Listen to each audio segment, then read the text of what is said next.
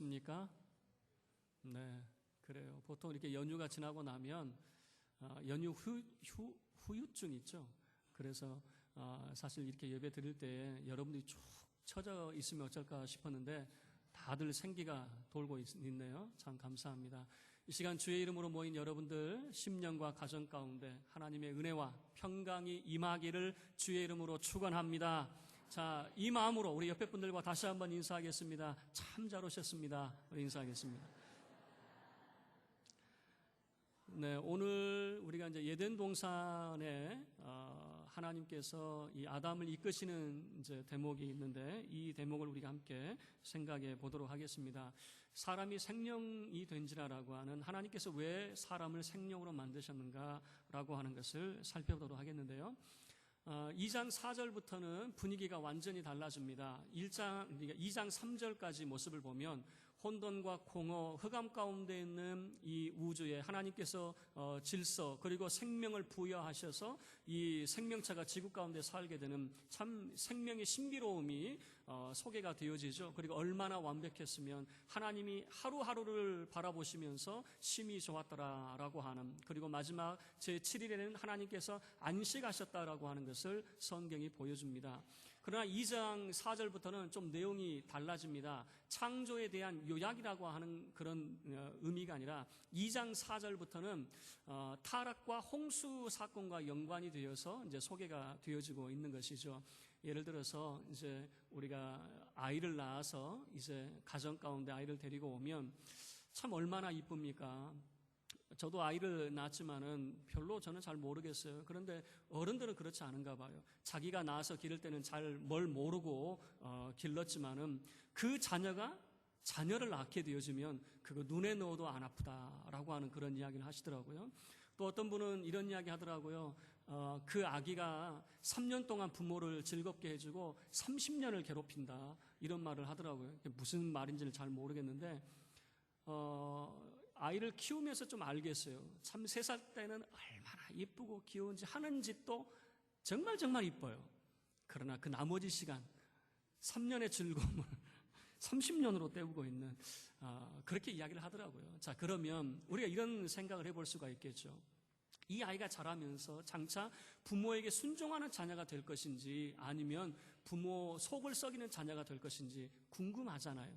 이 아이가 어떻게 자라나게 되어질 것인가. 모든 부모는 어떤 기대를 가지고 있습니까? 이 자녀가 부모에게 순종하고 참 착하게 자라기를 바라고 있는 것이죠. 부모의 바람은 그렇지만 자녀는 그렇지 않는 거죠. 자, 질문을 드려볼게요. 아담은 어떨까요? 정말 하나님의 기대에 어긋나지 않은 착한 아들로 자라날까요? 아니면 정말 부모 속을 썩이는 아들로 자라나게 되어질까요? 우리는 결과를 이미 다 알고 있지요. 그래서 2장 4절부터의 내용은 바로 그 모습이에요. 그러니까 2장 4절부터의 모습은 타락과 홍수의 그런 모습들, 그래서 아담의 계보에 대해서 소개를 하고 있다라고 하는 거죠. 자, 그러면 먼저 에덴 동산에 대해서 우리가 살펴보도록 할 텐데요. 하나님이 인간을 지으시되 생명으로 만들어 놓으셨어요. 그 생명을 에덴 동산으로 이끄시는데 도대체 이 에덴 동산은 어떤 곳인가? 8절 말씀을 보면요, 여호와 하나님이 동방의 에덴에 동산을 창설하시고 그 지으신 사람을 거기 두셨다 라고 하는 거죠. 자, 동방이라고 하는 것은 뭐냐면 어디가 기점이냐라고 하는 거죠. 어디를 중심으로 동방으로 보고 있느냐. 소위 말해서 우리나라를 기점으로 보면 동방은 저 태평양 건너 미국도 우리의 동방이 될 수 있겠죠. 그러면 어디를 기점으로 도대체 동방이라고 말하는가? 우리가 예루살렘을 기점으로 해서 동방이라고 말한다고 생각해 볼 수가 있겠죠. 어쨌든 동방의 그 어떤 곳인데 그 지역의 이름이 뭐냐면 에덴이라고 하는 지역입니다. 이 에덴이라고 하는 뜻은 뭐냐면 축복의 땅이라고 하는 의미가 있고 행복의 땅이라고 하는 참 좋은 의미가 있어요. 또는 물된 동산이라고 하는 의미가 이 에덴이라고 하는 말 속에 담겨져 있습니다. 그리고 이 넓은 지역이 에덴이라고 하는 곳인데 그곳에 하나님께서 동산을 창설하셨어요. 그 동산이라고 하는 것은 이런 의미입니다. 그저 누구도 가꾸지 않았는데 저절로 자라고 잡초가 자라고 저절로 자란 그런 곳이 아니라 우리식으로 표현하자면 공원 같은 곳이 바로 동산이거든요. 공원은 어떤 것입니까? 사람이 사람의 손이 닿아서 사람이 친히 가꾸고 아름답게 만들어가고 있는 곳, 바로 그것이 동산이라고 하는 개념 속에 담겨져 있습니다. 그래서 하나님께서 이 에덴 동산을 얼마나 아름답게 가꾸셨는가라고 하는 것을 보여주는데요. 9절 말씀을 보시면 여호와 하나님이 그 땅에서 보기에 아름답고 먹기에 좋은 나무가 나게 하시니 동산 가운데는 생명나무와 선악을 알게 하는 나무도 있더라라고 하는 거죠. 다시 이야기하면 에덴 동산에는요, 좋은 나무들로 가득 차 있는 겁니다. 그러니까 나쁜 나무라고 하는 것은 단 하나도 없는 모든 나무가, 동산 안에 있는 모든 나무가 다 좋은 나무예요. 그런데 우리 가운데는 선입견이 있네요. 우리 가운데 무슨 선입견이 있냐면 선악을 알게 하는 나무, 무조건 나쁜 거다, 이렇게 생각하는 선입견이 있는 거예요. 이 나무도 좋은 나무였습니다. 그러니까 에덴 동산에 있는 나무는 그 어떤 나무도 나쁜 나무가 없고 전부 다 좋은 나무들로 가득 차 있는 그런 동산이었다라고 하는 것이죠. 그러면 이 에덴 동산이 갖는 의미가 뭘까라고 하는 거예요. 단순히 우리가 생각하는 지상 낙원 정도로 생각하면은 사실 우리가 반 정도만 이해하고 있는 것 같아요. 이 에덴 동산이라고 하는 것은 도대체 어떤 것이냐? 이것은 에덴 동산은 성막의 모형을 가지고 있습니다. 성막 또는 성전이라고 표현되어지는 그 성막의 모형이 이 속에 담겨져 있는데, 여러분, 성막은 어떤 것입니까? 하나님을 만나는 장소가 바로 성막이죠. 아담이 하나님을 만나는 장소, 바로 이 에덴 동산을 성막으로 이제 우리가 이해할 수 있다라고 하는 것입니다. 이 에덴 동산을 천사가 지키게 되어지거든요. 자, 아담이 선악과를 따먹고 난 다음에 하나님께서 그를 추방을 시키시죠. 에덴 동산에서 추방을 시킵니다. 추방시키고 난 다음에 이 에덴 동산을 지키는 것이 무엇입니까? 그룹과 두루 도는 화영검이 이 에덴 동산을 지키게 되어집니다. 그룹이 뭐냐면 천사라고 여러분 한번 생각을 해보세요. 그러면 천사가 이 에덴 동산을 지키게 되어지는 것이죠. 그런데 성막을 지을 때도 마찬가지예요. 광야에서 이스라엘 백성들이 성막을 지을 때에 그 성막에 지성소를 가리고 있는 휘장이 있죠. 그 휘장에 그룹들을 새겨 놓았습니다. 그래서 그 성막을 지키고 있는 천사의 모습이죠. 뿐만 아니라 솔로몬 성전을 보게 되어지면 솔로몬 성전도 마찬가지였어요. 지성소 앞에 있는 휘장, 그리고 성전의 벽들을 그룹으로 아로새겨 놨습니다. 그 이유는 뭐냐면 그 성전을 지키는 것이 바로 천사다라고 하는 것을 상징적으로 보여주고 있는 것이죠. 뿐만 아니라 하나님께서 이 아담과 하와를 내쫓으셨는데 쫓으신 이유가 뭡니까? 그들이 선악을 알게 하는 나무 열매를 따먹음으로 그들 가운데 죄가 임하게 되어졌거든요. 그래서 이 에덴 동산에서 죄와 사망을 하나님께서 내어 쫓아버리는 겁니다. 왜 죄와 사망을 내어 쫓습니까? 죄에 있는 자는 반드시 죽는다라고 하는 것이죠. 그래서 아담은 죄에 있는 자는 반드시 죽는 이 운명을 가진 사람은 에덴 동산에 있을 수가 없는 것입니다. 그래서 그를 내어 쫓았습니다. 그런데 신기하게도 요한계시록에도 비슷한 이야기가 소개가 되어집니다. 예수 그리스도를 믿지 않는 사람들은 둘째 사망에 그들이 이제 빠지게 되어지는데, 믿지 않는 자들은 영원한 지옥 불못에 빠지게 되어지는 것을 보게 되어지는 것이죠. 그러니까 예수 그리스도 안에서 그 죄가 사해지지 않은 사람들은 하나님의 나라에 합당하지 않다라고 하는 것을 성경의 처음과 성경의 마지막이 소개를 하고 있다라고 하는 것입니다. 여러분, 하나님의 말씀을 믿게 되어지면 에덴 동산에 머물 수가 있었습니다. 하나님의 말씀을 믿게 되어지면 하나님의 성소에 머물 수가 있습니다. 그러나 믿지 못하고 불순종하게 되어지면 에덴 동산에서 쫓겨나듯이 하나님 나라에 합당하지 않다라고 하는 것이 성경이 보여주는 것이죠. 그래서 에덴 동산은 바로 지상의 낙원이라고 하는 의미를 뛰어넘어서 하나님을 만나는 장소, 바로 성전, 바로 성막의 모형을 가지고 있다라고 하는 겁니다. 그리고 이제 9절에서 보여주는 대로 여러분, 이 에덴 동산에는 각종 좋은 나무 열매로 가득 차 있는 것이죠. 에덴 동산에는 그저 어떤 곳일까? 여러분, 이 보기에 아름답고 먹기 좋은 나무라고 하는 것은 뭐냐면 매우 탐스러운 열매들이 가득했다라고 하는 것을 보여주고 있습니다. 그래서 아담은 언제든지 그가 먹고 싶은 것은 마음껏 따먹을 수 있는 그런 곳이 바로 에덴 동산이었습니다. 그리고 10절부터 14절까지는 이 에덴 동산에서 4개의 물줄기가 흐르고 있다라고 하는 것을 보여주고 있습니다.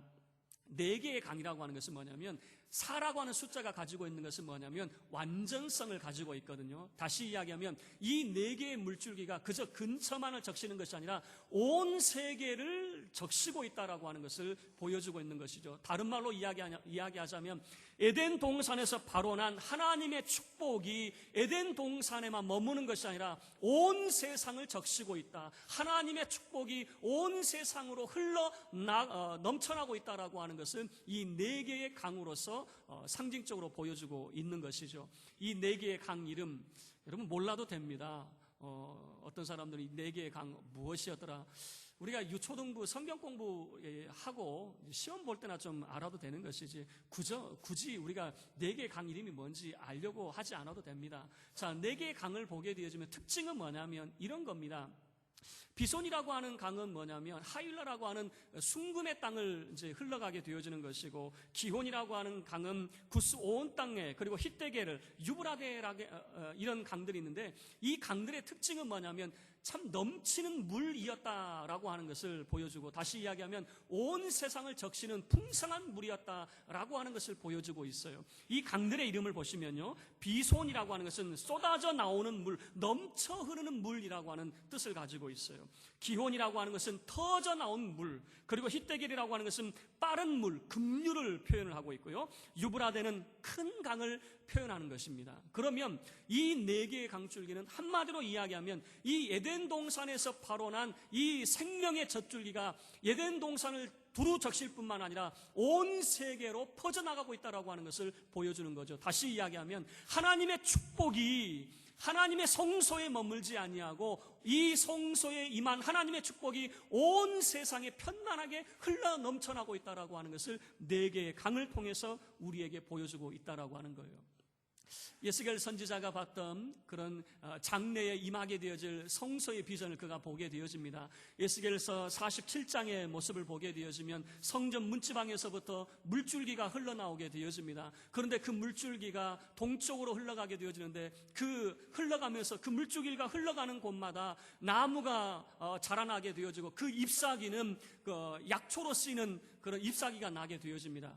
그런데 이 성전 물줄기가 동쪽으로 흐른다라고 하는 것, 여러분 이 동쪽의 의미가 뭐냐면 예루살렘의 동쪽은 유다 광야입니다. 풀 한 폭이 자랄 수 없는 황량한 땅입니다. 그런데 그 땅에 성소에서 발원한 물줄기가 흘러나게 되어질 때 생명의 역사가 나타나게 되어진다라고 하는 것을 예스겔 선지자가 보게 되어지는 거죠. 그리고 그 물줄기의 종착지가 어디냐면 사해로 흘러가게 되어집니다. 사해가 어떤 곳입니까? 보통 바다보다 염도가 7배나 나가기 때문에 생명체가 살 수 없는 것이 사해 바다입니다. 죽음의 바다라고 소개가 되어져 있죠. 그러나 예스겔이 봤던 이 환상은 뭐냐면 그 사해가 사는 바다가 되어지고 물고기가 살고 어부가 그곳에서 물고기를 잡는 그런 바다로 바뀌게 되어질 것이다 라고 하는 거죠. 여러분 무엇을 의미하고 있습니까? 바로 이 에덴 동산과 같이 예스겔이 보았던 환상은 성소에서부터 흘러나는 물줄기가 생명을 살린다라고 하는 것을 보여주고 있는 것이죠. 에덴의 이 모습은 성소의 모습이요, 그리고 성소에부터 흘러나는 생명의 강줄기라고 하는 것을 우리가 살펴볼 수가 있는 것이죠. 그리고 하나님께서 인간을 창조하시게 되어집니다. 여러분 2장 4절 먼저 우리가 보도록 하겠습니다. 2장 4절 보시면 이것이 천지가 창조될 때에 하늘과 땅의 내력이니 여호와 하나님이 땅과 하늘을 만드시던 날에라고 하는 거예요. 여러분 2장 4절은 1장부터 2장 3절까지 내용을 요약한 것이 아닙니다. 전혀 새로운 이야기를 하고 있는 거예요. 2장 3절까지가 창조로서 완벽하게 끝나게 되어집니다. 만약에 인류가 타락하지 않았다면 그 이유가 기록되지 않았을지도 몰라요. 아마 2장 3절에서 끝났을지 몰라요. 왜냐하면 하나님의 창조의 세계가 매우 아름다웠고 하나님의 창조의 세계가 완벽했기 때문입니다. 그런데 2장 4절부터는 다른 이야기라고 말씀을 드렸어요. 여러분 창세기의 가장 중요한 대목이 뭐냐면 족보 이야기가 소개가 되어집니다. 특별히 5장에 가게 되어지면 아담의 족보가 소개되어지고 계속해서 아브라함의 족보 이야기가 소개되어지고 있거든요. 창세기 전체는 족보 이야기인데 2장 4절 보면 족보라고 하는 표현이 등장이 되어집니다. 천지가 창조될 때에 하늘과 땅의 내력이라고 하는 이 내력이 톨레도시라고 하는 족보를 담고 있는 것입니다. 여러분, 지금 아담의 족보 이야기는 우리가 이해할 수 있는데 어떻게 하늘과 땅의 족보 이야기를 할 수 있느냐? 여러분, 그 이유가 있습니다. 우리 인류의 조상은 아담인과 같지만 사실은 천지 만물을 창조하신 하나님이 우리 인류의 조상이다라고 하는 것을 성경이 보여주고 있는 것입니다.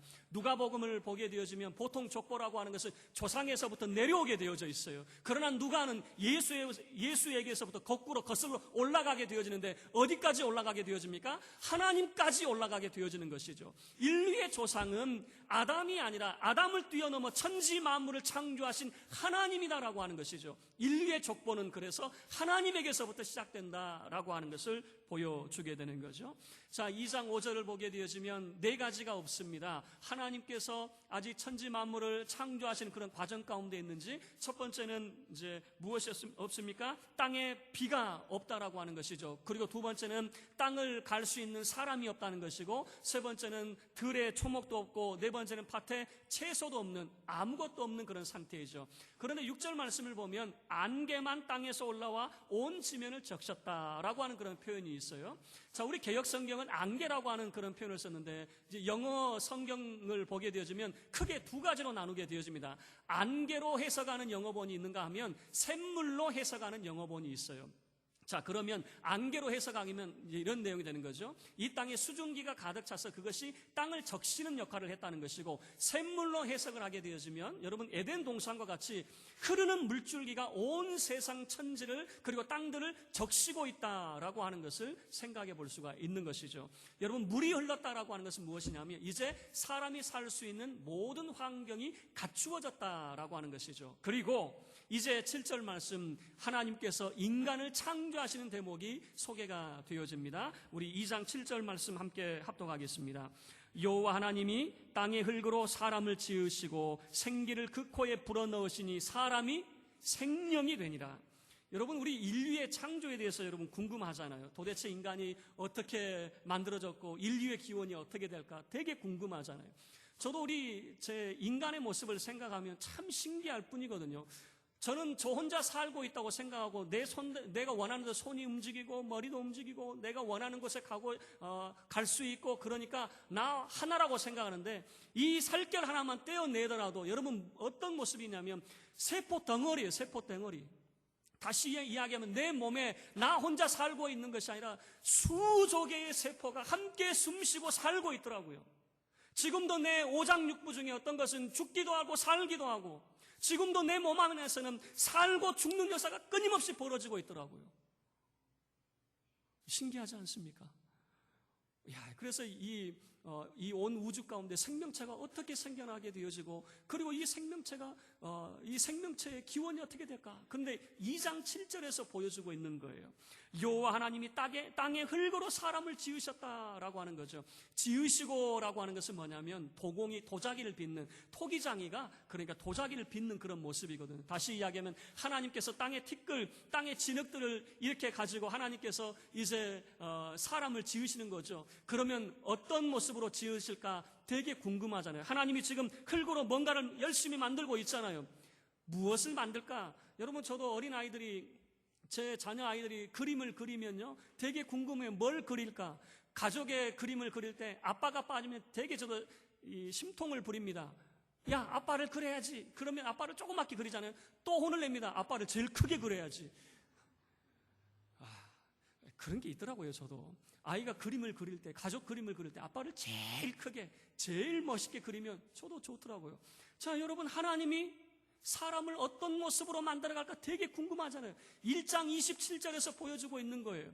창세기 1장 27절에 보게 되어지면 하나님의 형상으로 하나님께서 그 진흙덩어리를 지금 빚어가고 있다는 겁니다. 다시 이야기하면 하나님께서 조심스럽게 흙을 하나님께서 다듬어가고 계시는데 어떤 모습으로 다듬어가고 계시는 거예요? 하나님과 똑같은 모습, 하나님과 닮은 모습, 하나님의 형상, 하나님의 모양을 그대로 담아내고 있는, 그 모습을 하나님께서 지금 빚어가고 있다라고 하는 것이죠. 얼마나 그 모습이 아름답습니까?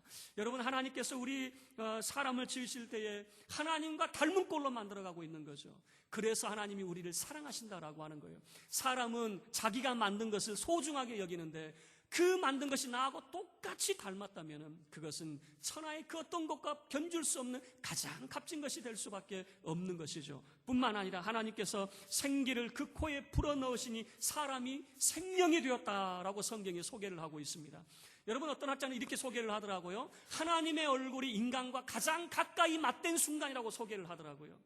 하나님이 죄악된 인간을 보지 않았어요. 하나님이 죄악된 인간과 등을 돌리셨잖아요. 그런데 하나님의 얼굴이 인간과 가장 맞닿아 있는 시간이 바로 이 아담에게 생기를 불어넣는 순간이다라고 소개를 하더라고요.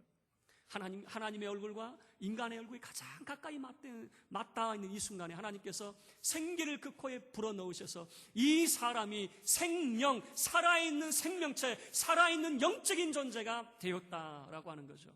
하나님이 왜 사람을 생명으로 만드셨을까?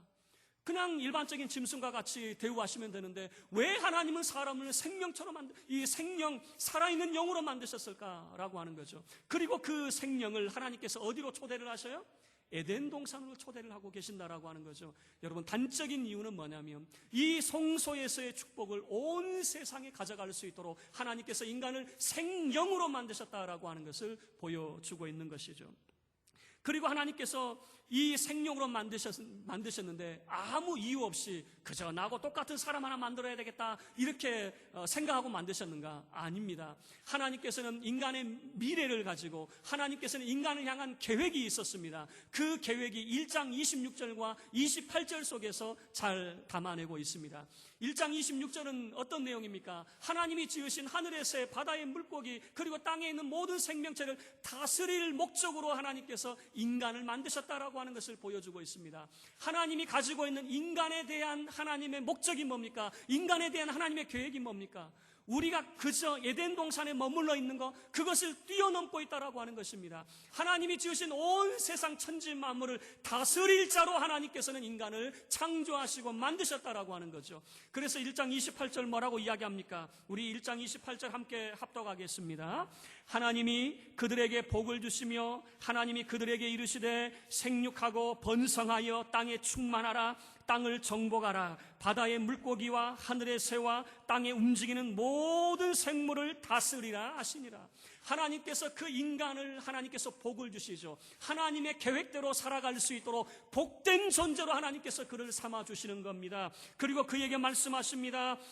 생육하고 번성하여 땅에 충만해야 된다. 땅을 정복해야 된다. 모든 생물을 다스리는 자가 되어야 된다 라고 하는 것이죠. 이게 바로 인간의 미래입니다. 우리의 인간의 미래는 하나님이 지으신 모든 것을 다스릴 존재로 하나님께서 우리를 만드셨다라고 하는 거예요. 여러분, 그래서 그 어떤 존재도 미약한 존재가 없어요. 하나님이 우리를 부르실 때는 목적이 있어요. 하나님이 우리를 부르실 때는 계획이 있어요. 무슨 계획일까요? 하나님의 나라를 우리에게 맡기실 계획이 있는 겁니다. 우리의 미래는 하나님의 나라를 기업으로 받는 거예요. 그런데 현실이 있어요. 현실이 여러분 미래만 있는 것이 아니라 이 미래를 맞이하게 되어질 이 아담에게 현실이 주어졌는데 현실은 뭐냐? 여러분 2장을 보세요. 2장 15절 말씀 보시길 바랍니다. 여호와 하나님이 그 사람을 이끌어 에덴 동산에 두어 그것을 경작하며 지키게 하시고라고 하는 거죠. 미래는 다스릴 존재가 되어지지만은 지금 현실은 뭐냐면 에덴 동산을 경작하고 지키는 존재로 하나님께서 그를 삼고 있다라고 하는 것을 보여주고 있는 것이죠. 여러분, 하나님께서 다스려라 라고 한다고 해서 모든 것을 가능한 존재로 하나님께서 만드신 것이 아니죠. 어쩌면 에덴 동산은 하나님이 그를 시험하는 장소일 수 있고, 어쩌면 에덴 동산은 하나님께서 아담을 키우고 계시는 그런 장소일 수 있습니다. 하나님의 나라를 기업으로 받을 수 있는 그런 사람으로 세우기를 원하시는 거죠. 하나님은 아담이 에덴 동산에만 머물기를 원하셨을까요? 아니죠.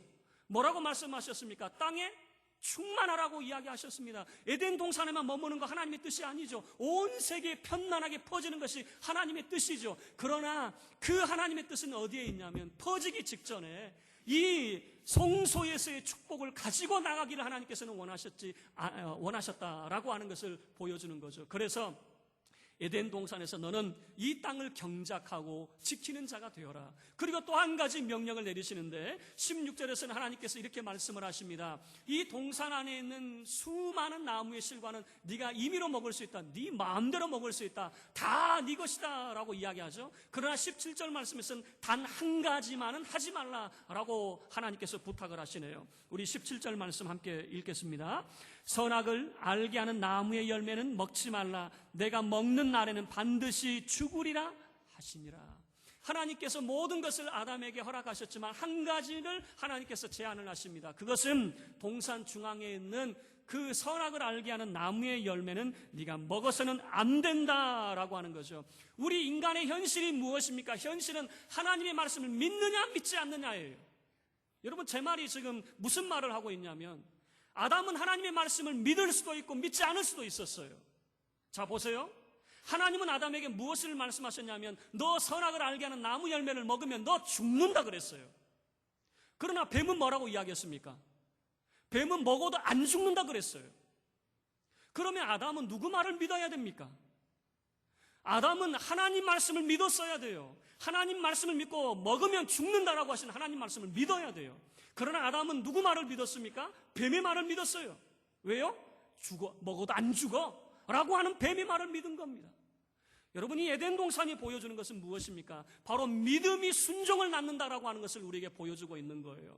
불순종하는 것은 믿지 못했기 때문에 불순종하게 되어지는 거죠. 믿음이, 하나님 말씀을 믿음이 우리를 순종의 자리로 이끌고 있다라고 하는 거예요.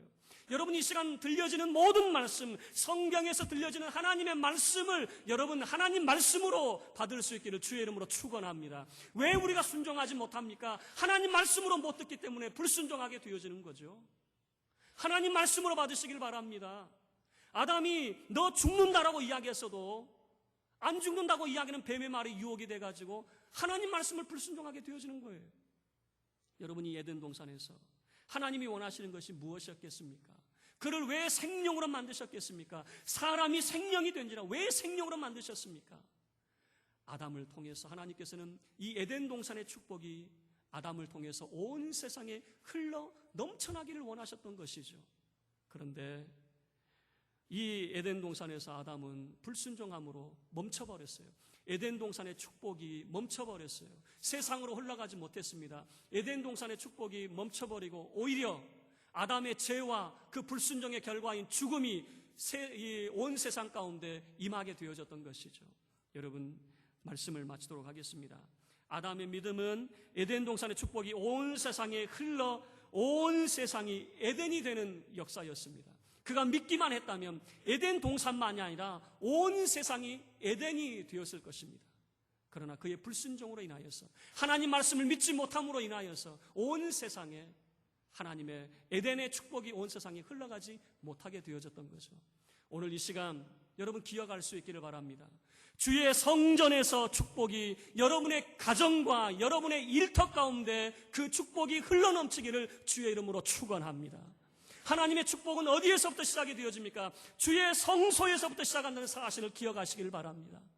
하나님의 성전에서부터 하나님의 축복이 시작이 되고 있는 것이에요. 여러분 믿으시길 바랍니다. 말씀을 믿으시고 말씀을 신뢰하시고 하나님을 의지하시길 바랍니다. 그러할 때에 하나님의 축복이 이 성소에서부터 여러분의 심령, 여러분의 가정, 여러분의 일터 가운데 에덴의 축복이, 물된 동산의 축복이, 축복의 땅의 축복이 임하는 역사가 있게 되어질 것입니다.